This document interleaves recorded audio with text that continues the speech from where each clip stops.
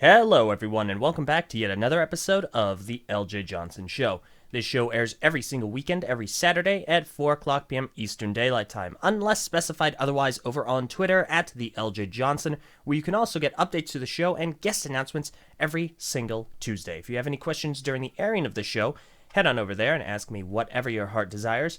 And if you have any questions over the week, send them over to my email, eljayjohnson@gmail.com. Nice. I get better at that every single week. It's like a well-oiled machine. So, I am quite excited for my next guest. He is the producer and creator of the Bionicle fan-acclaimed series Reviving Bionicle, and of course, the producer, editor, and member of the massively popular Halo series, The Halo Friends. It's SuddenlyOranges. Hi, everyone. I'm Oranges. I tried to make that as sudden toward the end as possible. Oh, I see what you did there. Mm-hmm. Yeah. But yeah, no, how are you doing today? I'm doing all right. I woke up, took a shower. Now I'm here. Cool. That's usually how it goes, so that's good. But yeah, let's go ahead and waste no time, and we'll go ahead and get into things, starting, of course, with Bionicle, because this is going to be a fun conversation for me, because this falls into both of my interests. So, right out the gate, how'd you get into Bionicle, Lego, and inevitably the community? Oh, boy. Oh, man. In 2001, I went to this McDonald's that was inside a Walmart, because you know how they do that stuff. They have, like, those restaurants inside supermarkets. You don't? I've never seen a McDonald's inside of a Walmart. Yeah, they have that. It's now a Subway, but before it was a McDonald's. And so I went to this McDonald's and I got Hookie McTorin, and I built him wrong. And I was like, "Oh man, I wish I could know more about this." And then I, found the instruction booklet. And I was like, "Oh." And so then eventually I just went on the website and checked it out, and I found BZ Power, and I guess the rest is history. All right, fair enough. So I'm gonna touch on that Hookie bit in just a moment, but those are pretty good stories. So you've been a fan of Bionicle and involved with it pretty much since the get-go. Oh, yeah. I know some people that were into it since Robo Riders, I think it was, but I was just here for strictly Bionicle. Okay, fair enough. So you're one of the OGs. You predate me by at least a few years. That's pretty good. And in that case, shifting just a smidge, because I do want to talk about both, of course. Halo, how did you get into playing the game and being involved with all the going-ons pertaining to it? Oh, man. When I used to go to a youth group, they actually had some Xboxes set up there, and the youth pastor was super into Halo. Yeah,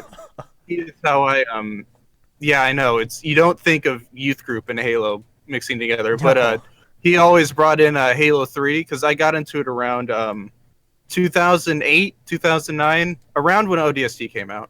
Mm-hmm. And so I think that was 2009. And so basically he would set up 4-player split screen, and we would just go at it. And I always made sure that I got a controller, because for whatever reason, it just sucked me in. I think it was the armor. I think I just like robotic looking people. Mm-hmm. I think that's just it. I like Bionicle, I like Halo, the Spartans. I think that's just it. But then after a while, I wanted to know more about it, and so I bought some of the books and I read the books. I remember when I was in basketball, I asked some kid. I was like, "Hey, do you know anything about Halo? I'm trying to get into it." And he's like, "Oh yeah, those games are awful. They like swear all the time in it. Like this guy gets killed by aliens and he just curses at them all." And I'm like, "Oh no." But it turns out the games weren't anything like that, but that was the reason why I was so scared on getting into this the campaign at first, because and I just stuck to the multiplayer for a while. Mm-hmm. But and my parents would not let me own an Xbox, because they knew that I would get like addicted to it, because I was already addicted to like the home computer. Yeah. And so after that I discovered stuff on YouTube, like Machinima and whatnot, and I was like, oh my lord, I want to do that. And so eventually again, the rest is history. Wow. Okay. Yeah, that sounds fairly straightforward to the point. Now I do have to ask a personal question.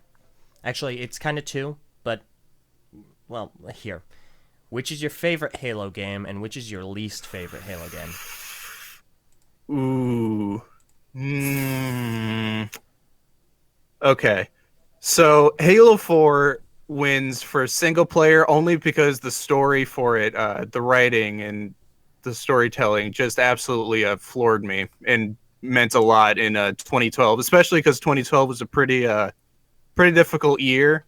And seeing Cortana and Master Chief go through not really similar things, but just kind of get through their own hardships kind of helped me get through mine. Mm-hmm. So, like, other than that, I would probably say Halo 2 or Reach for single players, strictly just because they were more fun. Mm-hmm. And then uh, hmm, Halo 5's multiplayer is super entertaining, though. So Really, you Halo like 5 is its probably. multiplayer? I have like 26 days logged in just game time for both campaign and multiplayer. I just love the movement system. I know that that's kind of sacrilegious because there's so many people that want classic Halo, but I've always enjoyed Halo 5's movement system. I think it's just because it panders to my ADD Mm-hmm. because of how fast everything moves. But Yeah. I mean, I can understand. I really do not like original Halo movement. It's slow and floaty, and it doesn't. It's not conducive to me really mm, engaging combat. So I can kind of agree with you there. yeah, and here's something weird though. It wasn't until I went back to Reach did I discover that I feel like the perfect Halo would be almost a mixture of both. Like maybe take out sprint, but up the movement, base movement speed, and maybe keep like some small things like clamber. I don't know. It's just I went back to Reach, and something still clicked for me there, and so I'm in this weird boat where where people will ask me like, "Oh, Nathan, do you want classic Halo or modern Halo?" And I'm like, I want both somehow. Actually, like it's weird. Now, I think this is a common thing in the community that I've seen. People are not 100% certain the best direction Halo should go in. I'm of the Mhm. opinion that I kind of agree with you. I do also sort of want to mix. Have you played El Dorito? Yes, I have. I played a good amount of it as before the most recent major update. I was one of the first ones on board actually. Yeah. Now I personally believe it's the best balance that I've seen yet because it's got a lot Hmm. of the gunplay and the maps and the weaponry of Halo 3, which a lot of people love to death. But it's got Oh sprint yeah. though. It's got I sprint. like Sprint, but I could see it go personally. I could just mainly just because I want people to shut up about it. Just be like, okay, finally it's gone. Now I can enjoy this game. I'm But I'm one of those people where I live and die by the energy sword. So sprint to me is oh kind of yeah. it's my favorite thing. I love in Halo 5 when you can smart scope in with the energy sword and like Yeah. you get like a godlike range. That is amazing. Oh, I love it so much. Nobody else does, but I'm happy. Yeah. But all right, fair enough. I think that sounds. Oh wait, no, your least favorite Halo. Your I least think favorite. Yeah, I yeah. just forgot that. I don't want to say Halo 2 just because the Halo I've probably played the least is Halo 2 only because I played a lot of Halo 1 on the PC, but I was never ever able to get Halo 2 on the PC and that bothers me and I don't know why. But maybe Halo 2 just because I haven't played it as much even though it is an amazing game. Mm-hmm. What? Yeah. Well, obvious. Okay, I'm gonna try and avoid the salt as much as possible. But Halo 5 single player like threw me into a depression for a while. Yeah, I can understand. Yeah, so It was maybe rough. maybe Halo 5 just which is ironic because I love its multiplayer. Mm-hmm. Yeah. Now I can understand. So I While I had fun with Halo 5 single player, I actually Yeah. I have a very difficult time with its multiplayer. It's a level of it's a competitive level that I'm Oh, not. it is very competitive. Yeah. Yeah, it's like I'm a very competitive person. Like you can ask anyone. Practically a catchphrase of mine is, "Do you want a 1v1 in Halo?" But to me, it's almost a little too much at times. It's crazy. I should try getting back into Yeah, that. I can't play ranked anymore unless I have friends because it's just like everyone else is so much better than I am. It takes like all my energy. Like I can't. I would so much rather relax in Warzone and listen to like a podcast than have to focus all of my energy onto not dying. You Yeah, know. yeah. No, I completely agree. That's why my favorite's Reach. It's a very middle ground for me. So It is. It is. yeah. Okay. In that case, switching back over along the line of favorites and least favorites, because obviously enough, you do have a sizable Bionicle collection. So I'll ask the question: do you have a favorite Bionicle and/or standard Lego set, and do you have a least favorite? Hmm. Hmm. Well, I really like the vehicles. Maybe I think the Thornatus is up there, Okay. just because it's.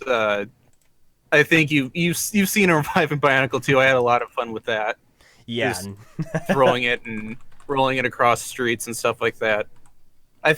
It's funny because I've gotten so much playtime out of all of my sets just because of this series. So it's like a lot of people just leave leave their sets in boxes or maybe like just put them on their nightstand or somewhere they can just look at them. I've gotten so much playtime out of all of them. Like I think uh, it's going to be different to pick a favorite just because like every single set has come into play at least at some point. Mm-hmm. Actually, maybe just Jetrax T6. I think maybe I'll just say that. Okay. I That's think fair. about it. And maybe that'll change once you eventually finally acquire the XLR The T9. Accelera. Yes, I will get that one day. I swear to the good Lord, I will. I can vouch for it being a really good set. But on that same note, Mm, do you have one that you're just not that big of a fan of? I think. Mm, And why is a good guy? no. Uh, I definitely. It's that kind of. It's difficult because I definitely have a set that I don't like. Mhm. I think I used to really dislike the Paraka just because that was around the time that Bionicle got really dark. Like you Mhm. could say 2005 was really dark, but '06 was for me when it took the plunge. Yeah. And it was like I was like, well, I don't really like these just because it got they're so mean, they're so mean to the Matoran Mhm. or something like that. So for story reasons, I guess I didn't like the Paraka, even though they were fairly interesting sets Mhm. with the rubber spine and whatnot. Yeah. But wish I had more time to think about this. I wish I had like a Bionicle Lego catalog to look at, and I could just pick it from like this one, officer. This one sucks. Oh, someone in the chat says Umbra. I kind of liked Umbra actually. Yeah, that's the thing. I kind of did too. But like, while I was at Brick Fair, I got into a discussion with a few people about my least favorite Bionicle set, which is Qatar from 2016, and Umbra, which I've generally seen as a pretty positive Oh set. yeah, 2015 Gen 2 sets. Yeah, there are definitely some Gen 2 sets I don't like. Okay, continue. Sorry. No, no, you're good. Yeah, I mean, Qatar. I mean, I don't like Qatar, but then someone was bringing up all these really good points as to why Qatar is not as bad as I might think, but Umbra might be actually worse than I'd thought, and I'm like, oh, great, I don't know what to think anymore. Yeah, It's I always a feel state of that. flux. But all right, in that case, let's kind of get into the nitty gritty about the shows. Now we'll start with Reviving Bionicle, since that is one that I will admit I've seen it more times than is probably healthy for one person, except the editor. I've seen it roughly. I think last week was my 10th time seeing the full series because I keep showing it to people and By make them watch it at the same time. by full series, what do you mean? Like literally starting at Reviving Bionicle 1 and making your way to like Therapy or Anonymous, or Yep. like or really? Yep. Or you don't start at episode or Reviving Bionicle 3 episode 1? Nope. All the way from the I think top. a lot of people start at 3 episode 1. But yeah. Yeah, no, I guess you knew that. I go all the way. Now, I figure we'll start at the beginning. How did you start this off? I have an idea, but how did you start Reviving Bionicle? What inspired you to begin it, and how have you gone through to make all these episodes? And kind of tell me that process. Yeah, sure.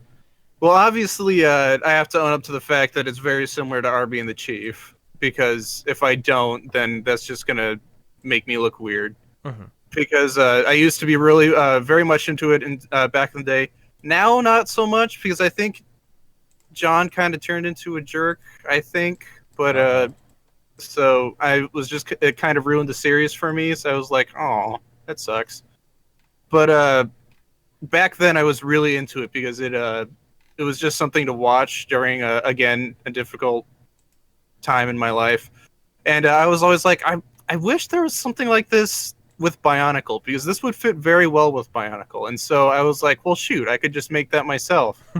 And the very original, like, the pilot of the pilot, Revived Bionicle, was them trying to bring back Bionicle by, like, some kind of internet bomb. Like, they would make a post on 4chan or something like that. Mm-hmm. And or BZ Power and whatnot, and go through all these forums and try and raise awareness and whatnot. And I was like, oh, I don't like that. So that kind of put that idea on ice for a while. And then I came back to it in 2013 because I got a new camcorder, and I was like, I wanted to do something with it. So I was like, okay, I could try and actually make a little short film here, because I always wanted to go into film, but I never really made anything. That's kind of how it is with a lot of things. You want to do something, but you never do, like drawing. I can't draw. No, I Anyway. can't either. Yeah. Diverting from that, then I was very nostalgic for Gen 1 around the summer of 2013. And what's funny is that ever since Gen 2 came out, I haven't really been that nostalgic for Gen 1. It's like kind of like I've gotten my fill now. I'm like, okay, Bionicle doesn't really need to come back anymore. Yeah. But well, I guess we could get into that later. But yeah, I was feeling very nostalgic, and so I was like, yeah, I'll go back to that one idea, and I wrote a quick script for it, which I think is still in the depths of my Dropbox somewhere. And yeah, and then I made that in between, and then I rendered it at my job, which is kind of funny. My goodness. Okay. And then after, of course, the first one, what inspired you to keep going? Because then you made a second one, and then you made 5 parts for episode 3, and then it has 2 or 3 sequels to that? Yeah, Therapy and Anonymous. I made the second one just because it kind of hit me, oh, well, Reviving Bionicle 1 is kind of outdated now because it's coming back, and I was kind of interested in seeing what the characters in that they would react to Bionicle coming back. So I wrote up a script while I was in class, and kept going from there. And the thing is, Reviving Bionicle 2 is probably my least one, because that's where a lot of quote unquote plot holes come from. Like there were like, I wouldn't say there are any plot holes now, but I would definitely say there were a bunch of them I had to fill in with Reviving Bionicle 3, because with the second one, I didn't realize I was going to make a third one. So that until like literally the last few days of filming it, I was like, oh, I could make more of this. Like, especially and then once Reviving Bionicle 2, it doesn't necessarily blow up but it blew up in my eyes. It got like around a couple thousand views, and I think it hit like once it hit 10,000, I was like floored. Mm-hmm. But yeah, and then I was like, yeah, I could continue this, but then I was like, oh well, shoot, there's some things from Revive Bionicle 2 that I might need to change, and so I had to quickly fill in some stuff. It's why I kind of wish I had a better chance to a better chance to step back and rewrite some things in the series. Mm-hmm. But like when I don't think it's well written and whatnot. It's mainly just because of that. Like some things that I can mainly only I can tell that I don't think the average viewer can tell. Mm-hmm. But this answer's getting kind of long. Oh no, you're good. You're good. We got time. Okay. Yeah, it's just I at the end of 2, I was like, oh, I can make more of this, and then at 3, I was like, oh, I could make a way more of this, and because I started to establish some things like a mini little universe inside my home, with the Denmark machine and whatnot, and so yeah, I just kind of like rode the wave. Okay, that makes sense. Now, for anyone listening, I would like to stress we'll probably touch upon some spoilers. So I highly, if you haven't seen it, well, if you're listening live, well, stick around, please. But if you're listening to the recorded version, I highly recommend watching through the series first. You won't regret it. And come back, because we will likely touch on some spoilers regarding the series as we keep going. So I know which areas you're talking about from episode 2, especially when it comes around episode 3, part 4, I want to say. Yeah, the 4th one had that big exposition dump. There were some problems with 4, mainly just because I had to cut a lot of things out of the script for time's sake. Mm-hmm. Like, at the very, very end, when everything's being revealed, there was actually a lot of stuff I had to cut, and so some people were like, hey, what's with this? And I'm like, well, it was going to be explained, but I had to cut it, so. Mm-hmm. But yeah. And that makes sense. I know that part 5 of episode 3 is like over half an hour, I believe. Roughly. Yeah, that was... Let me check real quick, because that was like, that could have aired on TV. Yeah. That length. And that's the thing. That's kind of my perspective. These are all really, really high quality works. Like I'm personally of the opinion, having watched through basically every season of RB and the Chief, I've also dropped off this latest one. I was bored out of my gourd and would have rather do literally anything else than watch the latest season of RB and the Chief, because it's just so long and boring. Let me it's funny because, okay, I don't want to rip on RB and the Chief too much, only just because, like, that would be like cursing my grandparents or something like that, because that's where I come from. But there, if you start one of the more recent episodes, there's like a disclaimer that says, if you are offended by gore or all these other terrible things, please do not watch. And I'm like, holy cow, I'm worried if Revive Bionicle gets too dark, but there's like gore and RB and the Chief now? Are you kidding? That's news to me. Yeah, it scared me a little bit. I'm like, uh-oh, I don't know if I want to watch this. That's so strange. Cause yeah, I don't mean to bash on John Graham or what he's done either. Oh yeah. Cause it's very impressive, obviously, and there is, I forget which season, I think it's like 5 or 6 of RB and the Chief that is just absolutely phenomenal. It changed the way I look at that style completely. But oh yeah, at this point in time, I'm personally of the opinion that you took the concept of RB and the Chief and you've taken it to an entirely new level.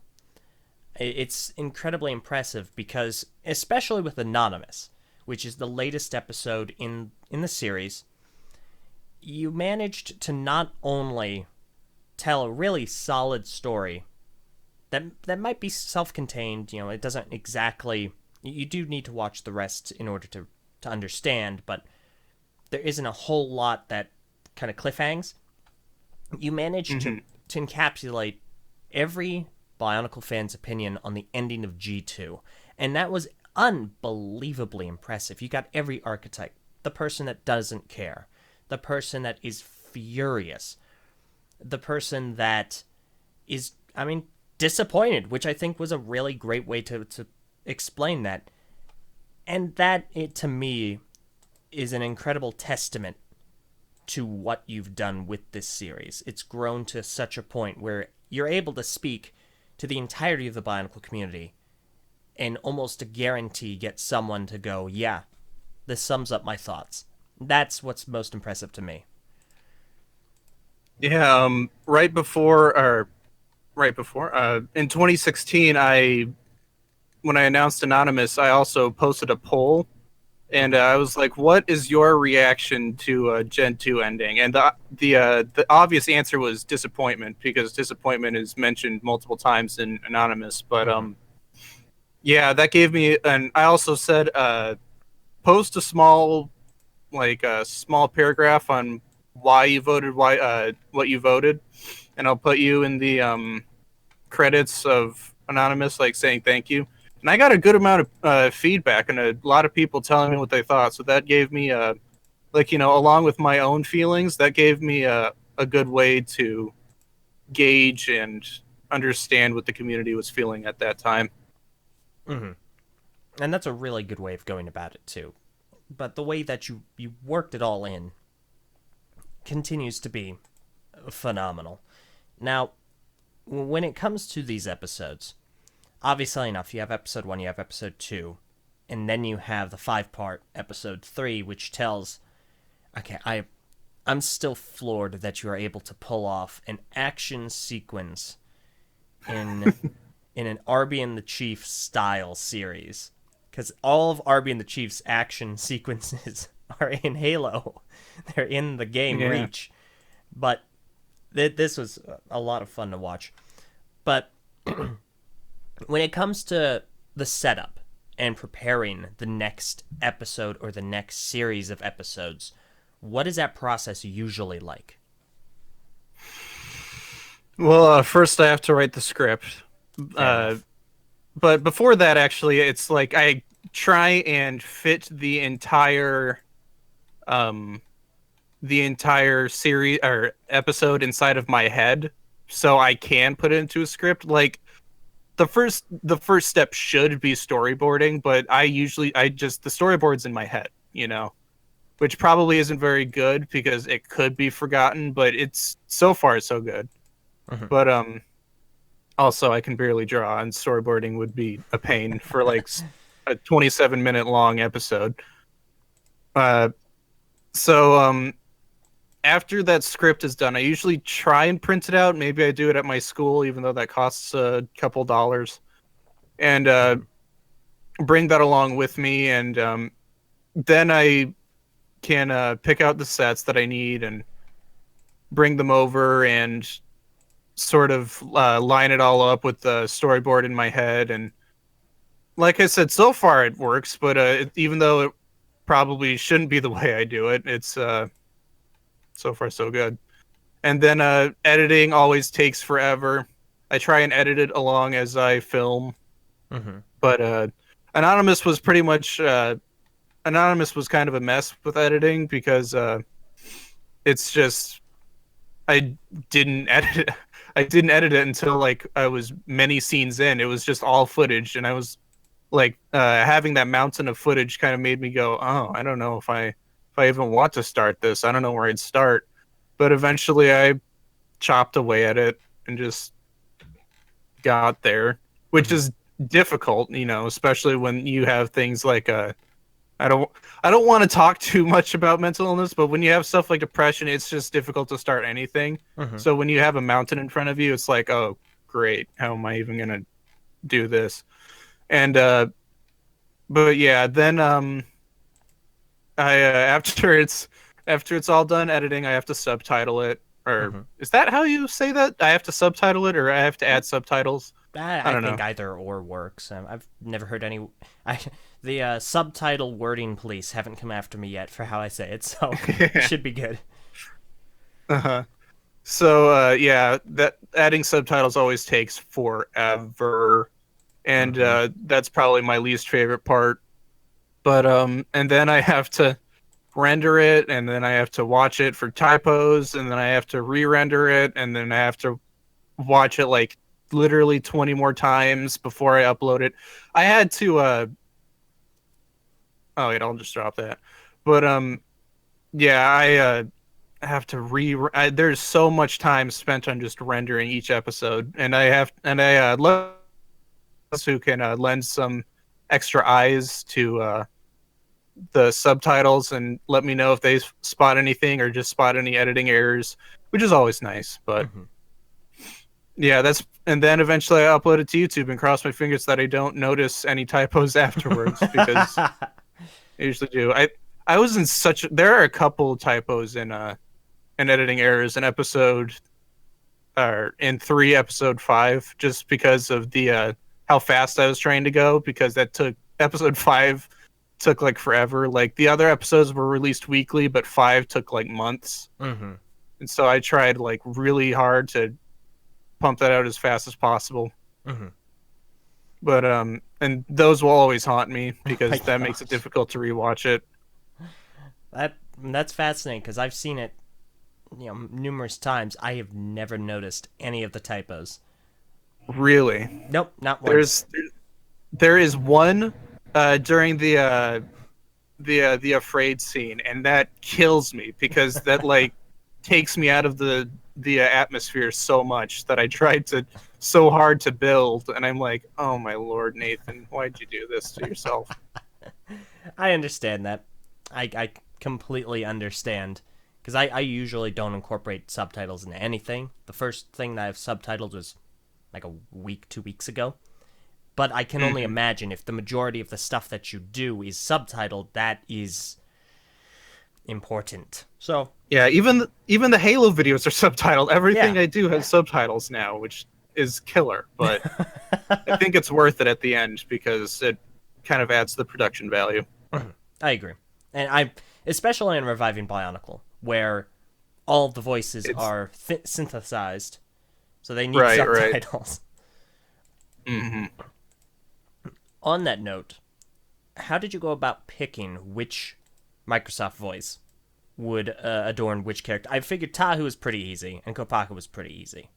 But, Yeah, Tahu and Kopaka were pretty much the obvious ones as Chief and Arby. mm-hmm, But the other ones were pretty much just kind of random. Like other than the Gen 2 sets kind of, I guess, logically were picked because Gen 2 Tahu has just a deeper voice, and Gen 2 Onua has a different, deeper voice. mm-hmm, It's just me trying to figure out how I can variate these voices that I have, because I don't have very many voices. Like I mm-hmm. just downloaded FL Studio, which I believe has more voices, but I haven't gotten much into that. FL Studio is a freaking mystery to me. Like I don't know how to use that. Like I'll thanks. That's killer. mm-hmm. But the, sorry, someone in the chat just said start subtitling this. No, I won't. Wait, nope.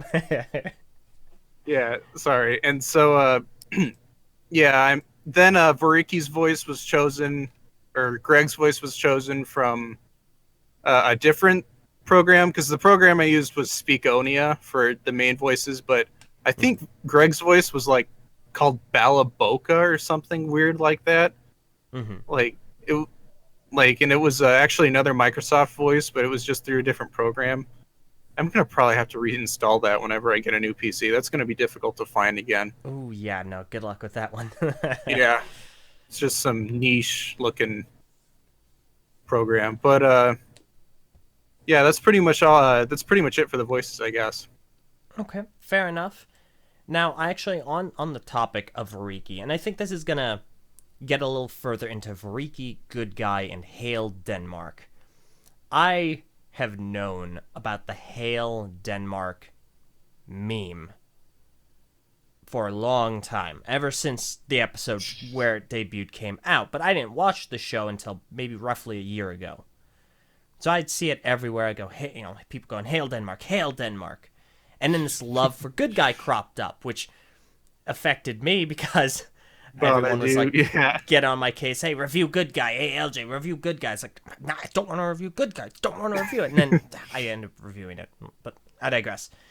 And so it's interesting to me, and of course, Variki, who has been brought back into prominence after his creation in 2002, 2003.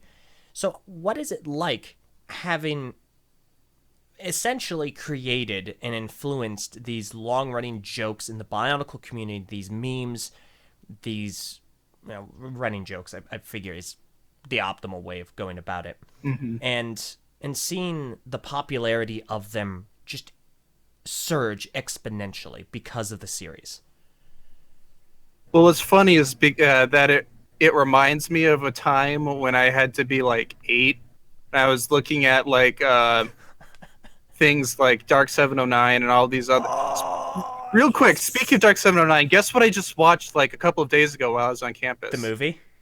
Yes. His first movie. I watched like the ending of it, and I remember watching that movie and going, God, I want to make something like this one day. I want to make something as epic as this, and I guess I did. It's been so long since I've seen the first one, but the second one was my jam. Oh, that ending fight scene with Toa Mustard and Hapori Duma.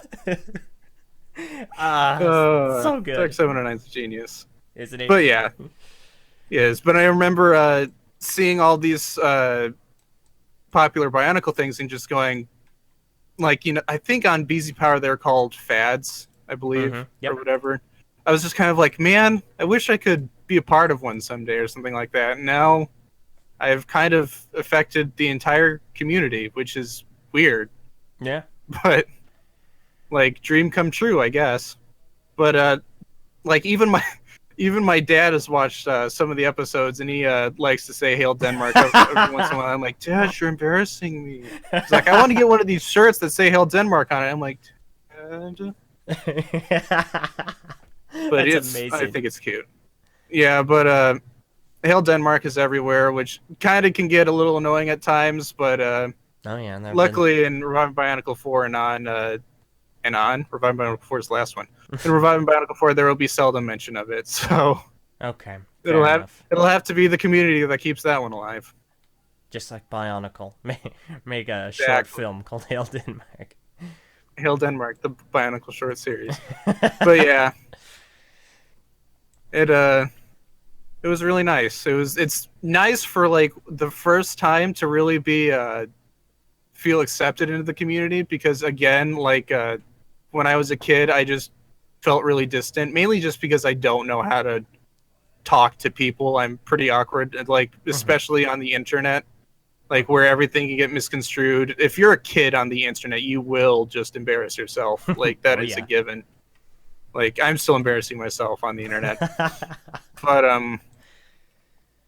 it's just kind of now seeing a community that means so much to me.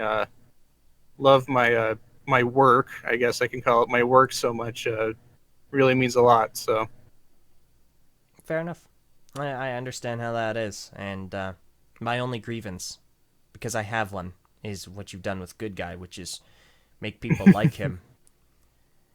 We'll see about that, but that's all I'm gonna say. Oh my gosh! Stop it, man. It'll be like Halo 5. Good Guy becomes the antagonist. Good Guy controls Denmark. I wouldn't mind that. No, it actually occurred to me on my latest rewatch. There was a part where they're getting something assembled. I don't recall what. And Good Guy has a lighter, and he's like dipping his head in and out of the lighter. Yeah. And I thought about that, and I'm like, Good Guy and fire, Good Guy and fire. Oh my! And then you literally lit him on fire. Yeah. I did not realize that connection, because when I did the skit, which thank you so much for helping me with the voice, by the way. I really appreciated that. I'm sorry for forgetting about it for a little while, but I got to it eventually. You are more than good. But I burn him. I melt him to nothing, like completely nothing. Like I did some melting tests to see if it would even work, And I'd find like pieces of broken avatar and limb that were just a pile of sludge. Good guy was gone. Mm-hmm. There was nothing left of good guy, which I feel is kind of representative. Yeah. But yeah, so I thought that was kind of funny because I saw the fire and like, oh my gosh, it escalated so much. Mm-hmm. Yeah, a lot of people get upset whenever people mess up Bionicle pieces. I got a lot of people yelling at me because of I threw the Thornatus basically in Bionicle 2, but I personally don't care as long as it's like being used for something for somebody's gain, and it's not just like breaking Bionicle pieces just because you can. Like your skit was fine, but if it's somebody if it's a live stream of someone just sadistically breaking Bionicle pieces, I'm like, you're dead to me. But I feel that there is a bit of there's a scale, because something, let's say hypothetically you have just a standard canister set, a very common canister set that was very easy to get a hold of. If that, my apologies, if that gets broken, you know, I mean, especially in like 2008, 2009, those get broken often just because the pieces were not very well done. So, yeah, to me, that's acceptable. And especially something like Good Guy, where he's an amalgamation of common pieces. These are pieces that were made during the height of Bionicle sales in 2004. So that's fine. But if it's something like, hypothetically, the Platinum Evoke being melted down, or a trans blue mask of water from the inside Tor being hit with a hammer. Or I think Wolk in the chat put it perfectly. I'm going to burn a golden Ignika. Those are very hard to find, very uncommon, and in the case of the Platinum Evoke, a one-of-a-kind item that would be best not destroying. So I think we'd have to call up soccer ball masks for a replacement. Seriously, have you gotten some masks from him? I recently picked some up. He's actually small spoiler. He's going to be helping me in Revive Bionicle 4 a little bit. I've been talking with him. My goodness, we're going to try and figure some stuff out. Everything you mentioned about reviving Bionicle 4 just gets me so excited. Goodness, there's still a lot of Reviving Bionicle 4 that I still have to figure out, especially the third episode. The third episode's going to be difficult, but that's all I'm going to say about that, I guess. Reasonable, fair enough. I figure that does lend itself to a few story-related questions, which I'm prepared for some Greg Farsty answers. Can't answer that. Can't answer. I follow the story and find out. But spoilers for anyone who has not seen the show, which if you haven't and you're listening to this, come on, man, watch the show. It's really good. So when it comes to the Afraid, I'm certain that you have some story plans for that. Oh yeah, there's a lot more of the Afraid and Reviving Bionicle 4. I'll say that. Okay, fantastic, wonderful. And additionally, you set it up in, oh goodness, it was Therapy, and then continued it in Anonymous. But I figure it's reasonable to conclude we will at some point or another see a conclusion to the Galley story arc. Oh yeah, don't worry. All right, you got it all under control. Yeah, there's some plot twists ahead. That's all I'll say. Oh man. All right, fair enough. I am looking forward to that. Okay, well in that case, let's go ahead and we'll switch gears here. And I want to talk about the Halo Friends, because this is just completely exploded, where the Bionicle community knows Reviving Bionicle fairly well. And the videos, the views on the videos, I would say, reflect that, being in the 100 to 300,000 range. Your series, The Halo Friends, has absolutely exploded. Some idiots played Halo, and here's the funny parts, Halo 4, 1.2 million views. You've jumped in subscribers, the channel has exploded. Tell me about this journey. I am intrigued to hear more. One sec. Time's all right. up. Yeah, sorry. So I've been making these stupid little highlight videos, I'll call them. I've been making these stupid little highlight videos since I've been like really young. So I feel like this is kind of the culmination of all of these little Let's Plays that I've put together, all these little silly Family Guy funny moments type of stuff. Mm-hmm. Like there was this one, like, do you remember Super Smash Matoran? Were you around for that? Oh man, that rings such a bell. Super Smash Matoran was from like 2003, I think, or 2004, and I made a little friend. I made a Let's Play with that with the friend that I actually played that with way back in 2003. So like that kind of all came together. Like literally 10 years later, we were still playing it. Wow. Like diverging from that just a little bit, we hunted down the creator. We found Oh my gosh. we went on his BZ Power account. We tried to find different ways of contacting him. We eventually stumbled upon his eBay, and we messaged his eBay. We were like, "Hey, do you still have this game?" And he was like, "Yeah." Oh my So goodness. we got to play it. I can only imagine his perspective there. Yeah. Like a message on eBay. He works for Amazon now. He sent it through like the Amazon cloud or something, and I was like, "Oh, wow, My yeah, goodness. good for him." No kidding. Although I don't know, eBay has a lot of strikes going on. Maybe that's not a good thing. But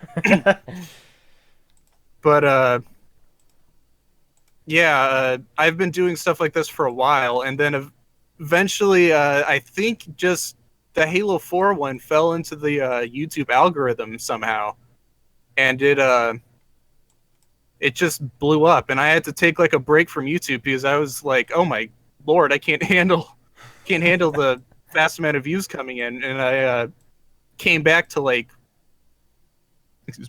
I came back to like a couple hundred comments, and I read through all of them, and I'm like, wait a second, people like this. There isn't much hate. This is something people like, which floors me every time I upload something. There is very little hate comments or people saying, are these people trying to be funny? No, there's a good amount of people that really enjoyed this, and so I was like, well, shoot. Especially because I do it with my friends because I never wanted to do everything alone. Mm-hmm.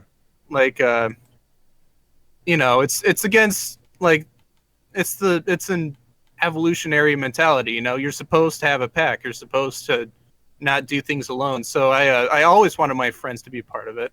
Mm-hmm. And I'm really glad they did. Like some of them are getting subscribers on their YouTube channel now because of it. And I'm just glad people like to come and watch me play with my friends because that's like a dream come true, honestly. Mm-hmm. Yeah, and it continues to impress me and amaze me because the crossover is really, really fascinating. Because I know that, obviously, in the Bionicle community, a lot of people are big fans of Halo. And you see a lot of that crossover sometimes. Like on the Halo Wiki, there's a guy called, like, Toa Matau. I think, what's his name? Halo Canon or Halo Follower? One of those two. His Twitter handle is Toa Freak. Yeah, he's on Reddit Halo a lot. I think Oh, I'm going to remember this. Oh, let me remember this. Halo Cannon. Okay, yeah, that was it. Halo Cannon. Yeah, I noticed that he had Toa in his name, and I'm like, is that a Bionicle reference? No way. So that would be really cool if he maybe watches the series, but I doubt it. But we had to reach out to him and say, hey. Yeah. Hey, have you seen this? I got a little thing over here. But seeing it cross over to this degree, it's incredibly impressive because obviously enough, the videos do exponentially well. Your channel currently recently hit over 77,000 subscribers, and the Halo videos get easily over 100,000. And people really do enjoy them, and I've watched a few of them. I will admit I have not seen them all. But they're funny. They're Oh, that's fine. entertaining. They're enjoyable. There's a friendly, fun atmosphere. Now, to anyone listening, obviously enough, the language is not going to be totally family Yeah. friendly. I personally Mm-hmm. don't mind, because that doesn't bother me. But that is a little disclaimer. But it's a fun atmosphere. You guys are having fun, and the best content to have and to make is content where you're having fun, because that means other people are going to see that and have fun with you. And I feel Exactly. that's really important. Mm-hmm. It's all about fun. Yeah. That there's a lot of things that I oh, sorry, I lost my train of thought there. You're good. You're good. What was I gonna say? Oh Words. yeah, there are a lot of other highlight videos that people put out there that I see on Reddit Halo, and I'm like, what separates us from that? And I don't know what it is, but people clearly see that, and I really appreciate that they do. Hmm. So, Yeah. like, And a lot of them don't eat, like, a lot of them just get only like 20, 50 views, yet mine get like 100,000. So I don't know. I guess there's clearly something different there. yeah. And I think that's fantastic. I think that it's great that not only are you guys having fun, but it's clear that there's an audience that is enjoying it, and I think that's wonderful. And it's cool to see that transition where beforehand the largest videos were reviving Bionicle, and they're still massive in the Bionicle community, because every time, like even Meso over at TTV, he went out and he made a news video about it, because it's a big deal to a lot of people, Hmm. because it's such a fun and an important series to many in the community. But to then see you go and make Halo videos that just blow up to the degree that they do is wonderful. I think that's great. Yeah, just say I liked how anonymous became kind of like an event in the Halo community. That was like it got posted everywhere. It everyone was talking about it on all these forums and stuff. I was like, oh wow, this is. But I really like that everyone could come together and enjoy this thing. It's like it was like the opposite of the Bionicle Revolution thing. Everyone came together and laughed at it, but this time everyone got together and enjoyed it. Yeah, no, that's a really good point. I hadn't considered that before. But yeah, no, it's wonderful. Now, when it comes to the production of Halo Friends, obviously enough, you do add the subtitles, but how does that usually go? How long do you guys often record for, and what is the criteria for what stays and what gets cut? First, we stream. We're going to start streaming again next week on Saturday, September 1st. And it's September 1st. Yeah, Yeah, it's September you're good. 1st. Uh, and we're going to stream through the Halo 5 campaign weekly, mission a week, and then we do Halo 5 customs. And then after that, I download them all and throw together I watch through them and write down the funniest parts. And sometimes I have my friends help me with that. Hmm. Uh, and then I throw them together into like some large supercut. And like the people who are a part of my Patreon, I get to see the supercut. And the people that are in the Patreon Discord, they that's when they come in. I create a Google form. I create a poll that everyone gets to vote on their favorite highlights in the supercut, and that all uh, the funniest ones get chosen, and then I just edit them and throw the subtitles on, which takes forever because it's mainly just a matter of trying to make everything like speedy, like everything goes fast, all the jokes are fluid. Hmm. There's nothing like holding up a joke or low moments. Some Hmm. moments I include, like in the Reach video, we went into Halsey's lab, which was kind of a low moment, but it was interesting to watch, so I kept it in. Hmm. But yeah, so there's that. That makes sense. Okay, fair enough. On that note, actually, and obviously, enough toward the end, I usually ask people to kind of promote where they'd like people to follow them, but I do want to touch upon this very briefly. You do have a Patreon, and I do. if you'd like, go ahead and mention what are some of the perks for becoming a supporter. Well, for $5, you can play with us on Saturdays. We have little game nights, which we actually have one after this, and we all get in a party and we have a lot of fun. It's actually a lot of fun. I had no idea. We have a really fun group of people, and we all play custom mini games and Warzone, and then later you get to when we're streaming, you get to be a part of. We invite you first, basically, to the custom games section, and then for $10, we added a Discord. I believe who's the guy? Dan from Ready Up Live. He does something similar where there's a Patreon Discord, and you get to join that. And there's a really fun group of people in there, and I really enjoy it. It's a fun place to be. That's fantastic. And I think for like $50, I send a postcard. Oh my I think. gosh. But that's all I can remember. Okay, fair enough. Well, that's fantastic. Those all sound like fantastic perks, and it sounds like you said, a lot of fun. It is. So, okay, let's see. In that case, let's go ahead and get to some fan questions, some listener questions. And we do actually have a few over on Twitter. However, I will also go ahead and open up the board to the...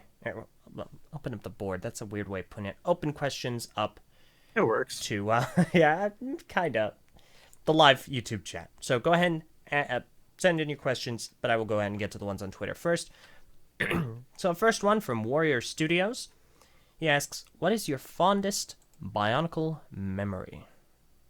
Aww. You know that 2000 and... When did the Metro come out? 2004, right? 4, yeah. Okay. I won the little... what's the word for it? Sweepstakes? I don't know. I won the little competition? I don't know. You know the thing where the cards were in the canisters, and if you opened the card, you got to see if you won or not?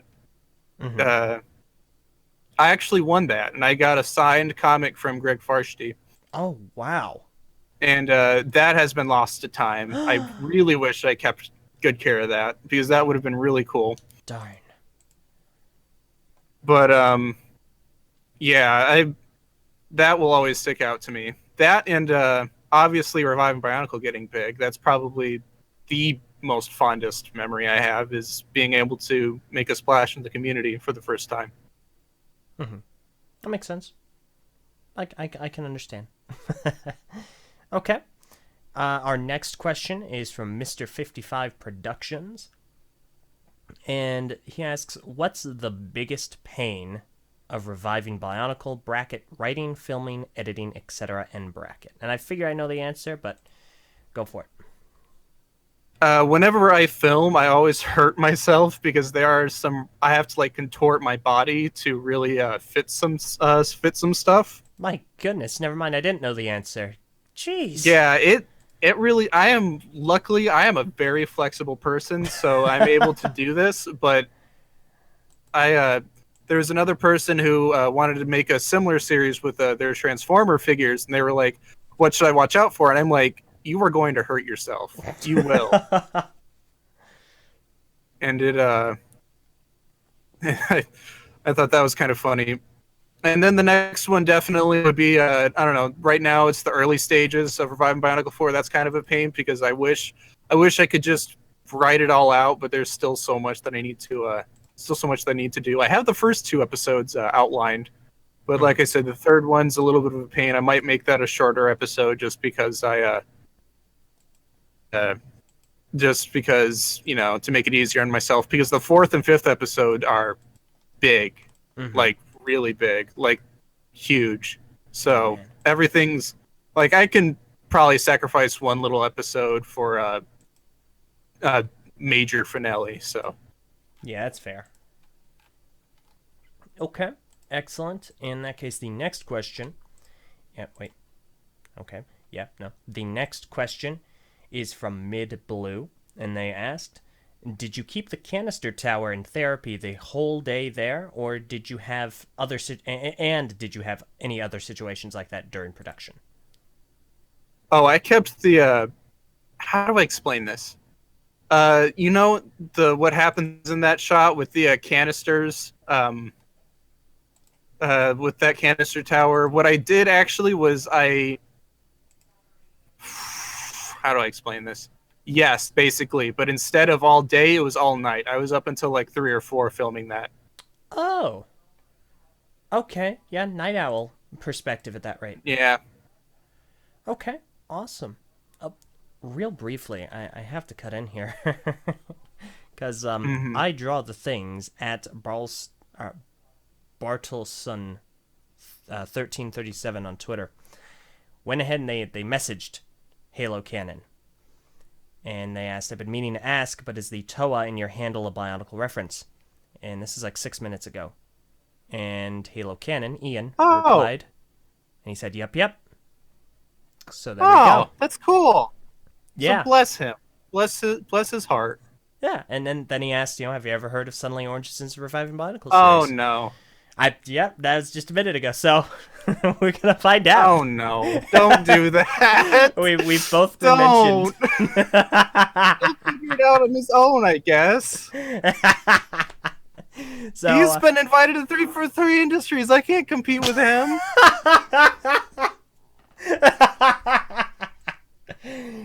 I'll keep you posted on that. I guess I'll look at the chat. All right.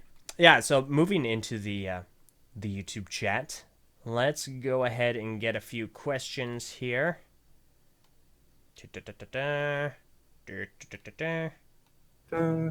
Okay, so here we go. Now, this is something that you've commented on, I believe on the development blog, but Stephen Armstrong asks, why is the bootleg not alive, but Good Guy 08 is? I knew this was going to come up. I knew it. Okay. I have a prepared answer for this because I knew that was going to come.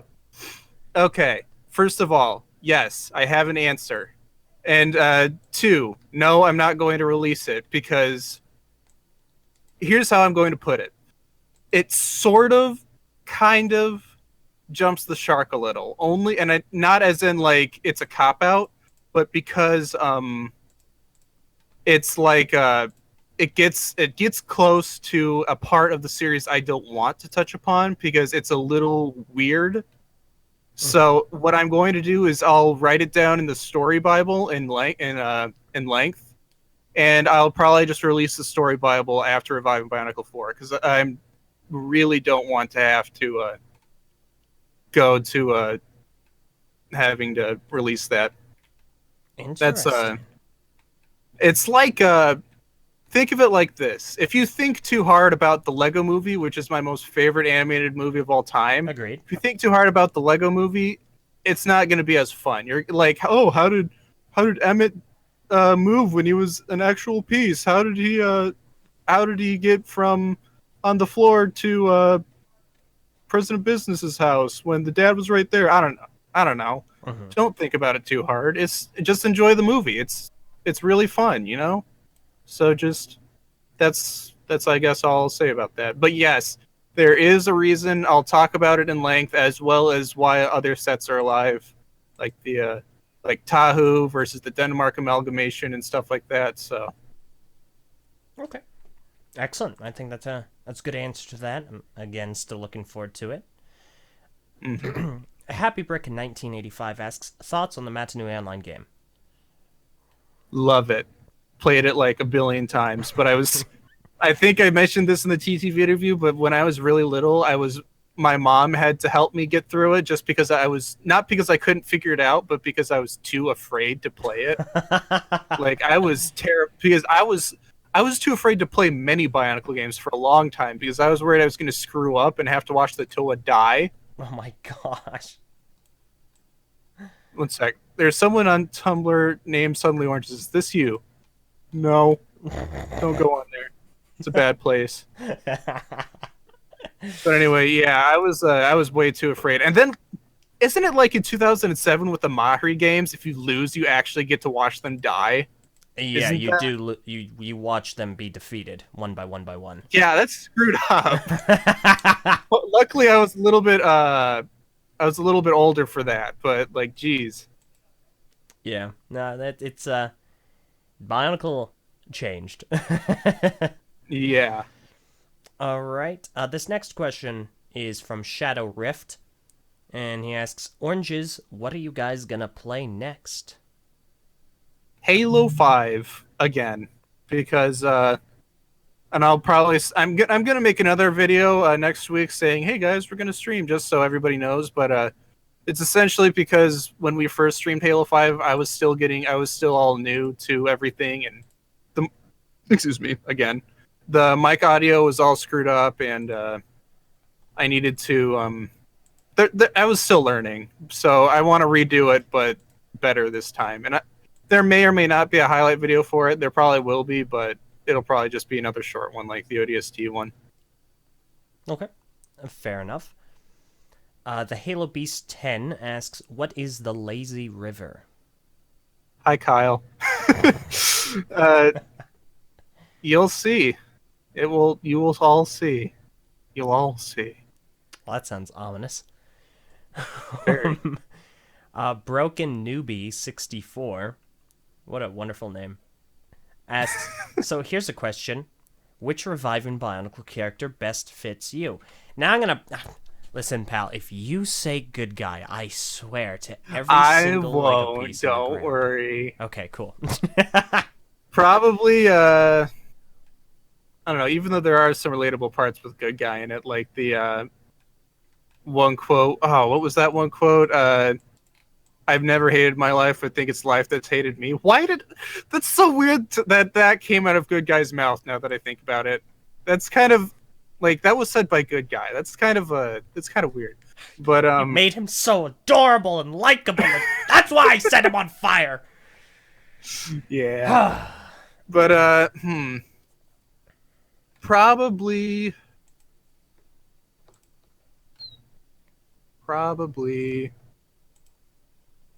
I don't know, I guess Denmark the Afraid, because he essentially was verbatim saying what I was thinking in 2015. Because part of that was because I was basically afraid all of 2015, because that was my senior year and I was going into college and stuff like that, and I was like, I have absolutely zero idea where my life is going to go from this point on. And so I was just afraid of all that, and kind of worked out. But yeah, that's I kind of related to Denmark there a lot. Okay, fair enough. A Cheatster 9000X asks, "Will the Bionicle..." Or sorry, screwed it up already. "Will the Ben 10 construction sets make a cameo in RB4?" No. Why Ben 10? Why them? Galador, maybe. Why them? Oh my gosh. Oh, no. I don't even know any Galador sets. I'm going to have to rectify that. Oh no. You should. Galador, having gotten some recent experience with Galador figures, they are an adventure. The whole show is an adventure. I watched the first 2 episodes. It's very cute. It's a very 90s show. I would recommend going through the entire show. How many episodes are there? Like 26-ish? No, wow. Sorry, I think it's less than 26. I don't remember. It's in that ballpark. Oh, well. All right, let me see here. We are going to have to... I do apologize. I won't be able to get to every question here. But we will do everything in our power to get as many of the good questions as possible, which are all of them. But I'm sorry, I can't get to all of them. Okay. Shadow Rift asks, "Oranges, who is your favorite Toa in the canon and why?" Pohatu, because he's funny. That's a good answer. I like that. Even though it's Lewa. No, I'm kidding. My dad likes Lewa just because he's green and he graduated from Michigan State. I'm like, that's not a real reason, but okay, Dad. Happy Brick 1985 asks, will the Paraka rap ever make a cameo in RB? As like a throwaway joke, probably, I guess, if I can come up with one. Like, freaking Save the Band was already referenced once. I guess the Paraka rap could be referenced in the background. Fair enough. All right. Halo Beast 10 asks, best armor combo in Halo 5? That's a hard Hi again, question. Kyle. Well, obviously, I really enjoy the Anubis helmet, just because I feel like it's actually a good mixture of old and classic Halo. I just think they did a good job with that helmet, and I don't know, for the chest and armor, I'm not sure. I like EVA. I think it's Zigzang. I don't know how I pronounce it, but that's my current armor customization. I have that and all of my friends' armor memorized because I have to make the thumbnails and I always have to cosplay as them in the game. So I just have them memorized at this point. That's reasonable. I actually, that's one of the things I really love. Your thumbnail work is really, really good. Thank you. I really like them. The Confident Chicken, which is, again, a wonderful name. Mm-hmm. How big is your collection of random Bionicle parts? Well, I have multiple tubs of just Bionicle pieces. Like the red one you see in Reviving Bionicle 2 and 3 are just a fraction. But I don't know. Just imagine. It was my. Okay, how am I going to start this sentence? Very careful. It was my goal to collect like as many Bionicle sets as I could, like just as many as I could. So I don't know. Imagine that where only a third of them are still put together, are in Reviving Bionicle, pretty much. Like the end scene where you see all those sets on that table when Tahu's like, "We did it, everybody." That's basically it at this point. Like, everything else is pieces. Oh my gosh. Mm-hmm. And that's a very Lego fan thing to have, though. You know, all just the tubs of parts. Ooh, okay. These are also two good questions. Mythgard, whatever else I'll try to do, asks, what was your favorite episode of RB? Probably 3, episode 5, just because of the I was able to nail not only the opening scene with the Afraid, but also the action scene. I like going back and watching both of those occasionally, just because I'm actually a little bit proud of them. You have every darn reason to be, because that's also my favorite episode, because I love the action sequence so much. Thank you. I would so like good. Kill to direct like a Marvel movie or something like that with an actual fight scene. I would absolutely murder a man for that. I don't know if that's family friendly. Well, I mean, hey man, I hear that Guardians 3 is looking for a director. Exactly, yes. Sign me the heck up. Alright, the Shadow Rift asks, question for both you and Oranges, LJ. What are your biggest hopes for Halo Infinite? Ooh. A decent single player. Yeah. One that rectifies. Is rectify the right word? One that is able to save the series from Halo 5's single player. Which, okay, again, I'm sorry about the salt. We're going to not be as salty during our Halo 5 playthrough, even though everyone else in the community is. We're going to be a lot more positive. Like I'm gonna go by the policy: if you don't have anything nice, don't say anything at all. But why would you release something... a video of silence? No, I'm kidding. Oh Lord. But yeah, it is something that would make the Cortana, the Cortana, what? The Cortana story better, because I don't see them abandoning it. Just better. I think that's fair. I would like to see that as well.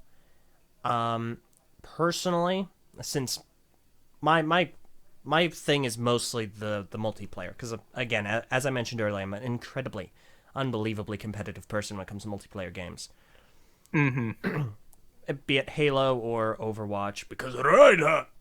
Anyway, Yeah. but I would say make a multiplayer that is fun.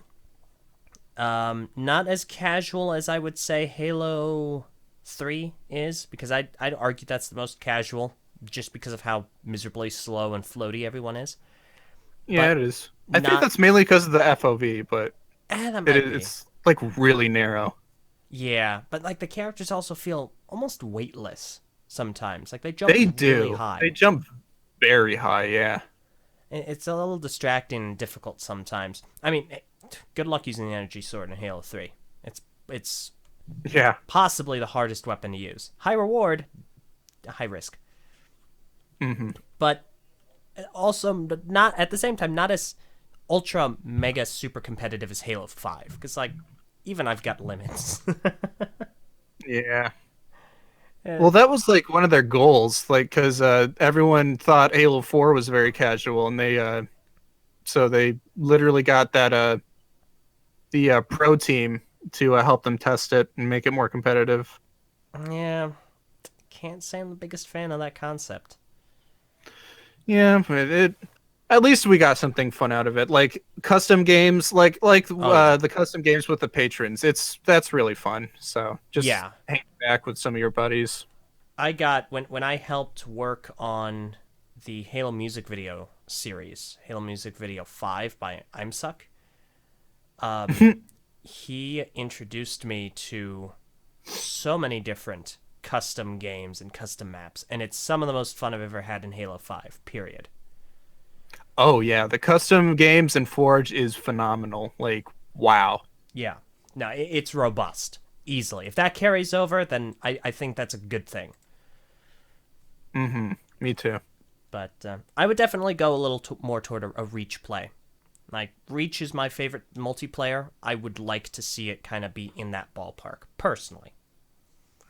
The DMR feels really good, and I really like Reach on MLG settings for some reason. I just think it's mainly just because I enjoy the DMR actually working like the 5 or 4 DMR, Yeah. actually hitting where you're shooting and the Yeah. bloom not screwing you up.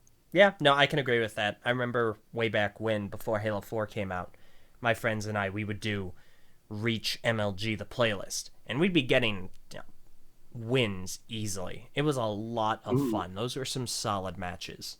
It's a good game type. Mm-hmm. Although I do hate the DMR bloom. It's a miserable weapon. I can't stand it. Oh yeah. I was able to master the pistol bloom though. I don't know how I did it, but I'm really good with the pistol. Yeah, the pistol's really good in Reach. I like the Reach pistol a lot. Me too. We should play sometime. That'd be fun. Yes, we should. Be a lot of fun. Mm-hmm. Okay. Oh, Halo Beast. Speaking of 1v1s, Halo Beast 10. He's declared a He challenge. asks me all the time for SWATnums. He asks me this all the time. He's one of my patrons. He does this. Hi. Yep. Hey, Oranges, 1v1 me and SWATnums. Do this every time. I love that. All right. We will go ahead and I figure we'll end with this question, even if I don't really understand it. But this is from Mid Blue. Was the scene in Reviving Bionicle Anonymous where Kopaka covers up Tahu with a blanket a reference to Brickonicle's The Epochal Fragment animatic? No. I don't know. Bold of you to assume I understand any of that. I don't understand that. I have no idea what that is.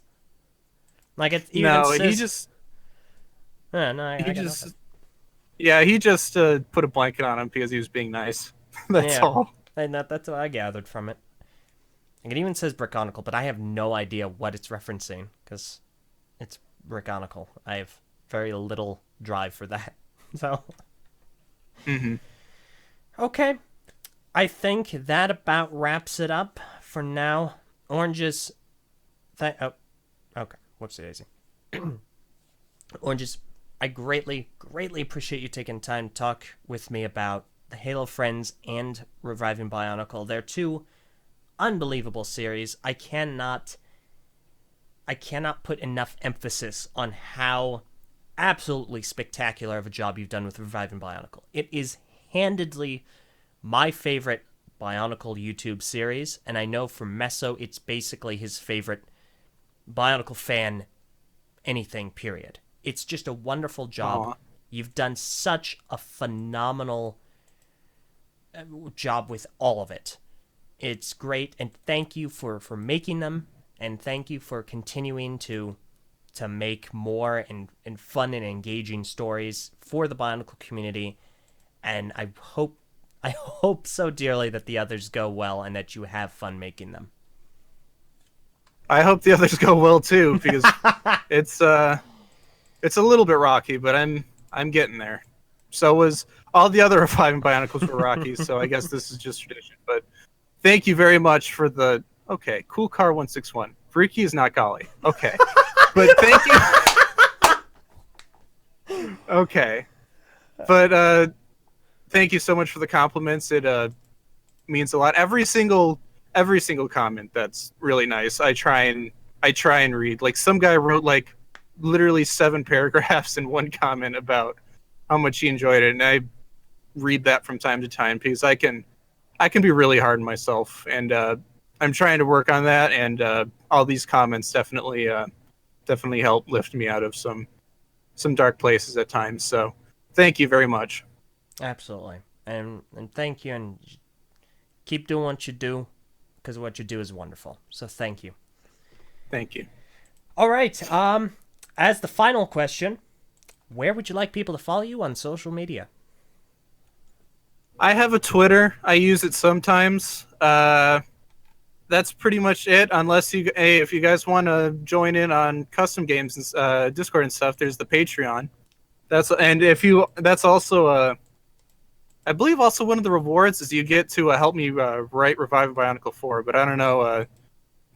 I guess you could maybe learn about Reviving Bionicle 4 and leave. So maybe that isn't the best thing. You'd need to sign an NDA. Yeah, exactly. But yeah, it's Twitter and Patreon basically. Not Tumblr. Don't go on there. That's bad. Mm-hmm. Mm-hmm. Tumblr is a bad place. Can confirm. I've never been there, but I've heard stories. It is bad. The hell site. Understood. Okay, well, in that case, I will have those in the description below, so I highly, highly encourage and recommend everyone check that out. And of course, check out Reviving Bionicle. Check out the Halo Friends. Good times are guaranteed. So, all right, with all that out of the way, we're going to go ahead and wrap things up. Thank you all for listening, be it live or to the recorded version, which will hopefully be out over the weekend. I appreciate it, and I hope you have had a good time. If you have any comments and or questions over the week, make sure to send them over to ljjohnson@gmail.com.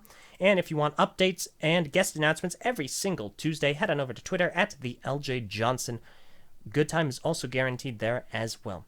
So thank you all so very much for listening. The Eljay Johnsen Show airs every single weekend at 4 o'clock p.m. Eastern Daylight Time, every Saturday, unless specified otherwise over on Twitter.